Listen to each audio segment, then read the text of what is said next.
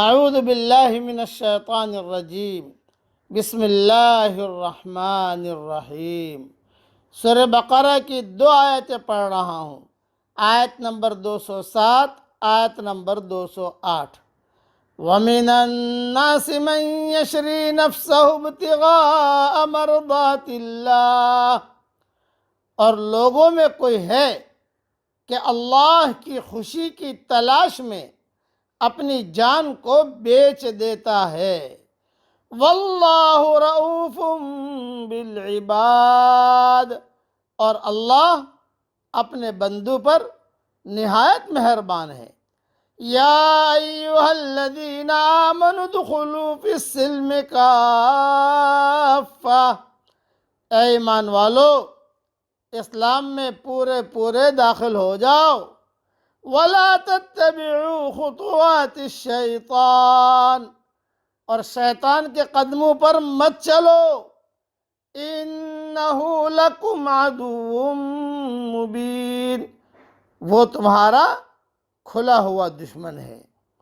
تھوڑی سی تشریح سن لیجئے۔ یہ جو پہلی آیت میں نے پڑھی، آیت نمبر 207، یہ آیت کہتے ہیں حضرت صہیب رومی رضی اللہ تعالیٰ عنہ کے بارے میں نازل ہوئی ہے کہ جب وہ ہجرت کرنے لگے تو بے ایمانوں نے کہا کہ یہ مال سب یہاں کا کمایا ہوا ہے، اسے ہم ساتھ نہیں لے جانے دیں گے۔ بلکہ ایک بعض روایتوں میں یہ ہے کہ حضور صلی اللہ علیہ وسلم کے ساتھ یہ بھی ہجرت کے ارادے سے نکلنے والے تھے اور حضور سے درخواست کی تھی کہ میں بھی آپ کے ساتھ چلوں۔ آپ نے فرمایا میں اور ابو بکر جا رہے ہیں، تم ہمارے ساتھ ابھی مت چلو، فلاں جگہ راستے میں آ کر ہم سے ملاقات کر لینا۔ چنانچہ ابو بکر اور حضور صلی اللہ علیہ وسلم تو نکل گئے، یہ صہیب رومی پکڑے گئے۔ تو مشرکین مکہ نے ان سے کہا جتنا مال ہے ہمیں دے دو۔ چنانچہ صہیب رومی نے کہا مکہ مکرمہ میں فلاں عورت کے پاس میرا سارا مال رکھا ہوا ہے، تم جا کے لے لو اور مجھے چھوڑ دو۔ چنانچہ وہ گئے، وہاں جا کر وہ عورت کے پاس سے مال لیا، صہیب رومی کو چھوڑ دیا۔ یہ مدینہ منورہ پہنچے۔ جب مدینہ منورہ پہنچے تو حضور صلی اللہ علیہ وسلم نے 2 مرتبہ ایک جملہ کہا، ربح البیع ابا یحییٰ، ربح البیع ابا یحییٰ، اے ابو یحییٰ تیری تجارت کامیاب ہو گئی، تیری تجارت کامیاب ہو گئی۔ حضرت صہیب رومی نے یہ سارا مال بے ایمانوں کے حوالے کر دیا اور دین ساتھ لے کر حضرت محمد صلی اللہ علیہ وسلم کی خدمت میں حاضر ہو گئے۔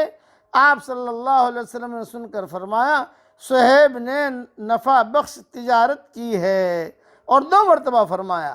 یہ فتح القدیر میں بھی ہے اور یہ حیات الصحابہ میں بھی ہے۔ اور دوسری آیت ہے، اے ایمان والو اسلام میں داخل ہو جاؤ۔ اس کا مطلب ہے اہل ایمان کو کہا جا رہا ہے کہ اسلام میں پورے کے پورے داخل ہو جاؤ۔ اس طرح نہ کرو کہ جو باتیں تمہاری مصلحتوں اور خواہشات کے مطابق ہوں ان پر تو تم عمل کر لو اور دوسرے حکموں کو نظر انداز کرو۔